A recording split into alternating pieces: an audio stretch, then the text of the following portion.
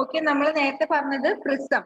പ്രിസത്തിൽ cube പറഞ്ഞു, cuboid പറഞ്ഞു, triangular prism പറഞ്ഞു, പെന്റഗണൽ പ്രിസം പറഞ്ഞു അല്ലെ. Next classification pyramid. പിരമിഡ് നിങ്ങൾ കേട്ടിട്ടുണ്ടാവുമല്ലോ. പിരമിഡ്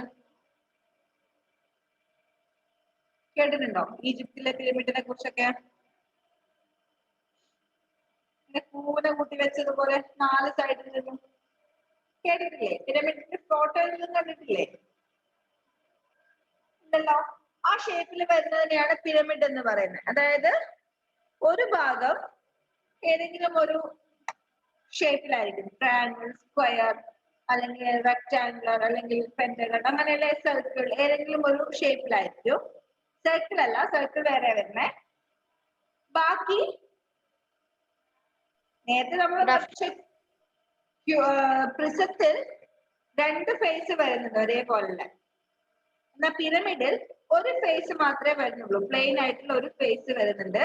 ബാക്കി എല്ലാ സൈഡും കൂടി ഇങ്ങനെ കൂണ് കൂട്ടി വെച്ചതുപോലെ ഒരു പോയിന്റിലേക്ക് ഫോക്കസ് ചെയ്ത് പോകുന്നു. ഈജിപ്തിലെ പിരമിഡ് തന്നെയാണ് അതിന്റെ ബെസ്റ്റ് എക്സാമ്പിൾ. നിങ്ങൾ ഫോട്ടോ എങ്കിലും GK ടെക്സ്റ്റിൽ ഫോട്ടോ എങ്കിലും കണ്ടിട്ടുണ്ടാവും, അല്ലെങ്കിൽ ടിവിയിലൊക്കെ കണ്ടിട്ടുണ്ടാവും. ആ ഷേപ്പാണ് പിരമിഡ്. ഒരു 5 തരത്തിലുള്ള പിരമിഡ് പഠിക്കാനുണ്ട്. Page number 116. 116. ഒരു ടേബിൾ കൊടുത്തിട്ടുണ്ട്. Pyramids. First one triangular pyramid. Triangular pyramid. Triangular pyramid എന്ന് വെച്ചാൽ 4 triangular faces. പേജ് നമ്പർ എത്രയാ? Page number 116. 116. ട്രയാങ്കുലർ പിരമിഡ് എന്ന് വെച്ചാൽ നമ്മൾ നേരത്തെ പ്രിസത്തിൽ പഠിച്ചു. സൈഡ് ഫേസസ് ഒക്കെ റെക്ടാങ്കുലർ ഷേപ്പിലായിരിക്കും. എന്നാൽ പിരമിഡിന്റെ സൈഡിലുള്ള ഷേപ്പ് ഒക്കെ ഫേസ് ഒക്കെ ട്രയാങ്കുലർ ഷേപ്പിലായിരിക്കും. ഓക്കെ, ഇവിടെ ട്രയാങ്കുലർ പിരമിഡില് എത്ര ഫേസസ് ഉണ്ട്?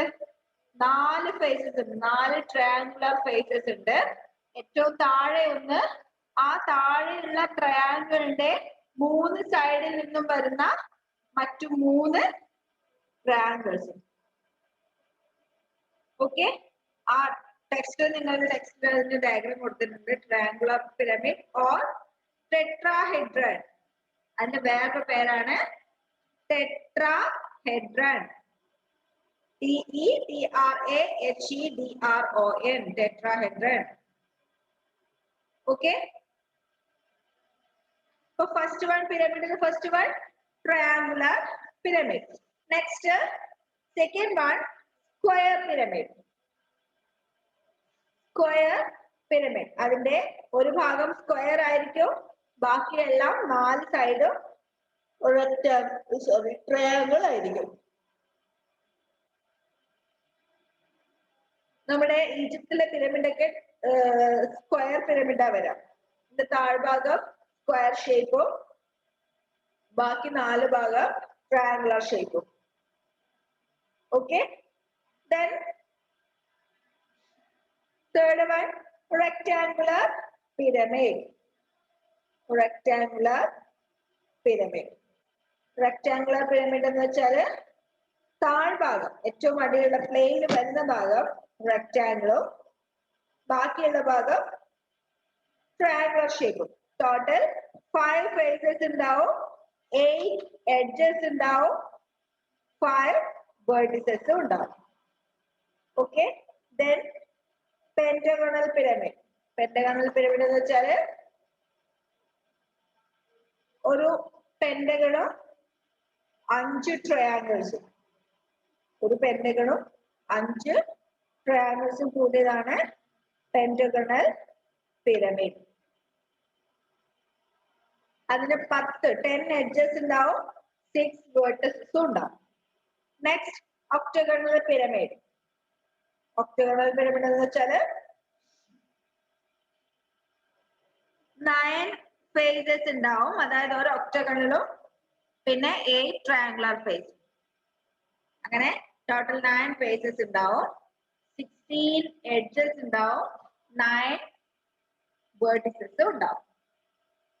അപ്പൊ ഇങ്ങനെയുള്ള ഷേപ്പിനാണ് നമ്മൾ പിരമിഡ് എന്ന് പറയാം. പിരമിഡ് എന്ന് പറയുമ്പോൾ തന്നെ നിങ്ങളുടെ മനസ്സിലേക്ക് ആ ഒരു ഷേപ്പ് വരും, പിരമിഡിന്റെ ഷേപ്പ് വരും.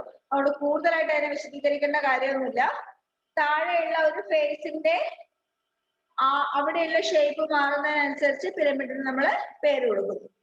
നെക്സ്റ്റ് തേർഡ് ക്ലാസിഫിക്കേഷൻ, സോളിഡ്സ് വിത്ത് കർവ്ഡ് സർഫസസ്.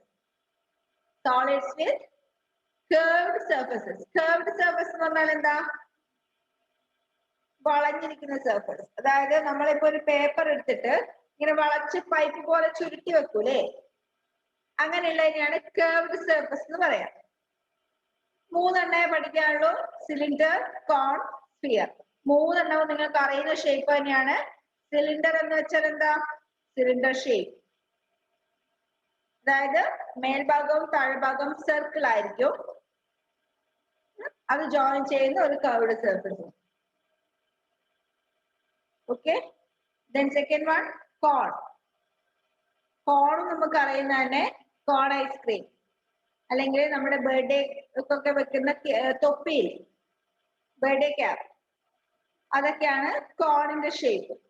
അപ്പൊ സിലിണ്ടറിന് 2 പ്ലെയിൻ ഫേസും ഉണ്ട്, ഒരു കർവ്ഡ് ഫേസും ഉണ്ട്. കോണിന് 1 പ്ലെയിൻ ഫേസും ഉണ്ട്, 2 കർവ്ഡ് ഫേസും ഉണ്ട്. നെക്സ്റ്റ് വരുന്നത് മൂന്നാമത്തത് സ്ഫിയർ. സ്ഫിയർ എന്ന് പറയുമ്പോൾ പ്രത്യേകിച്ച് ഒന്നും പറയാനില്ല, ബോളിന്റെ ഷേപ്പ്, ഉരുണ്ടിരിക്കുന്നത്, ദാറ്റ് ഈസ് സ്ഫിയർ. വട്ടത്തിലിരിക്കുന്നതിനെ സർക്കിൾ എന്ന് പറയും, ഉരുണ്ടിരിക്കുന്നതിനെ 3 ഡയമെൻഷൻ ആണെങ്കിൽ അതിനെ സ്ഫിയർ എന്ന് പറയും. ഓക്കെ,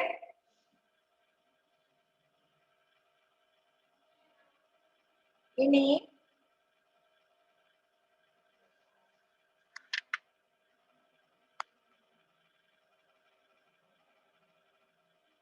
ഇതില് എക്സസൈസ് 5i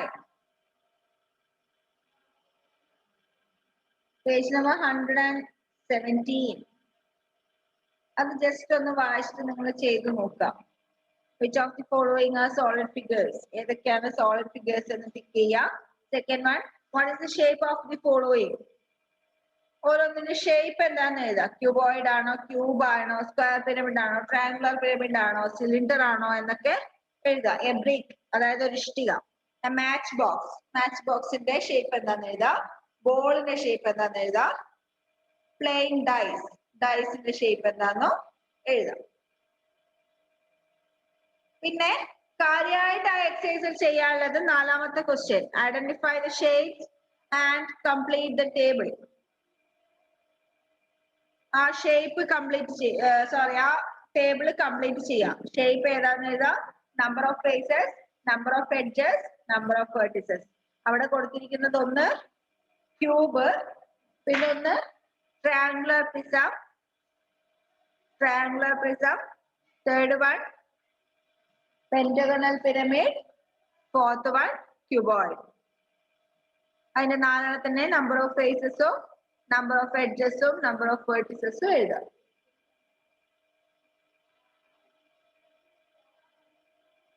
ഓക്കെ, അത് മാത്രം ചെയ്താൽ മതി. എന്നൊരു കാര്യം ചെയ്തോ, നിങ്ങളിപ്പോ ജസ്റ്റ് ഇനിയിപ്പോ അടുത്ത ചാപ്റ്റർ തുടങ്ങാന്ന് വെച്ചാൽ കുറച്ച് ടഫ് ആയിട്ടുള്ള ചാപ്റ്റേഴ്സ് ആണ്. ഇനി എല്ലാവരും വരുമ്പോഴത്തേക്കും ഒന്നും കൂടി റിപ്പീറ്റ് ചെയ്യേണ്ടി വരും. അടുത്ത ക്ലാസ്സിൽ മിസ് എടുത്തോളാം. ഇപ്പൊ എല്ലാവരും ഇരുന്നിട്ട് ആ വർക്ക് ഒന്ന് കംപ്ലീറ്റ് ചെയ്യാം. എക്സസൈസ് 5i ഒന്ന് കംപ്ലീറ്റ് ചെയ്യാം. ഓക്കെ കേട്ടോ, ബാക്കി നമുക്ക് അടുത്ത ക്ലാസ്സിൽ എടുക്കാം കേട്ടോ. ഇപ്പൊ തന്നെ ഇരുന്ന് അതൊന്ന് കംപ്ലീറ്റ് ചെയ്തു, ടെക്സ്റ്റ് തന്നെ എഴുതിയാൽ മതി. Okay, by.